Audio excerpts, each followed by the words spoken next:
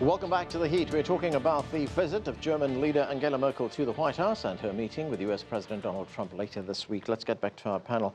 Let's go and ask you about something else, and that is these kinds of meetings are about substance, of course. They have things to negotiate, but also about optics.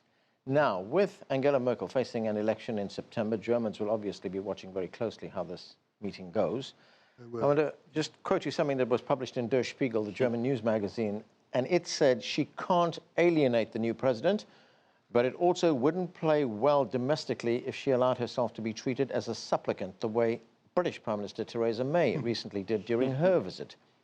So how closely will Germans be watching the dynamics of this meeting? I don't expect them to walk hand in hand through the White House as he did with Theresa May. That won't happen. She's a different, very, very strong person in that regard.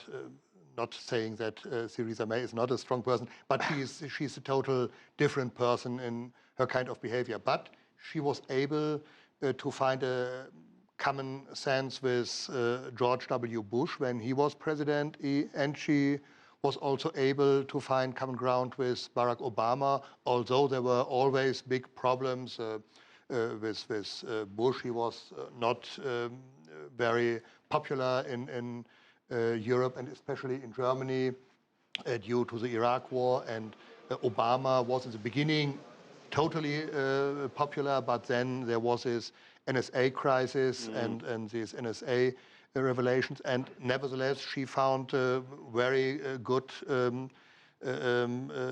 kind of handle him, and I think she will look for a third way in regard to Trump, because Trump is different from Bush and he's different from Obama. I'm quite optimistic that she will be able to find or that she will walk this tightrope walk. There's a bigger thing here, though, isn't it? This meeting, you've got Angela Merkel coming here, almost being sort of the last defender of sort of Western liberal values, coming to America to do this.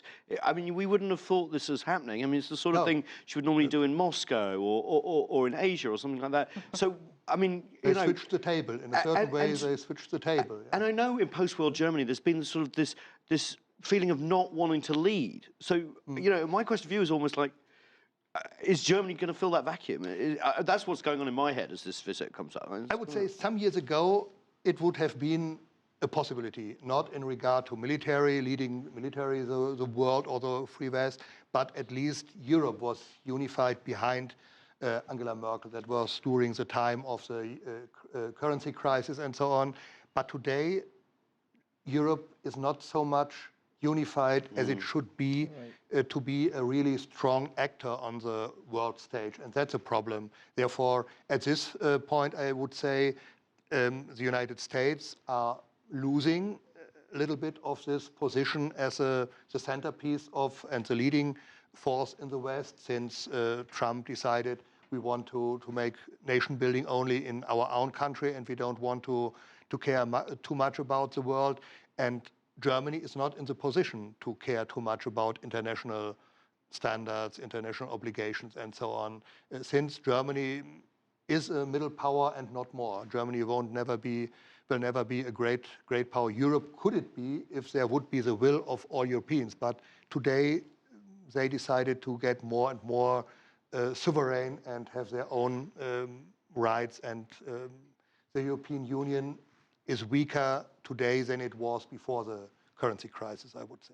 Right, Matteo, what do you think? This label that's been put on Angela Merkel, that she is probably the new leader of the Western world. I mean, she is one of the most experienced leaders in the world. And if you look at what's happened recently, I mean, Trump will be the third US president that she has been dealing with.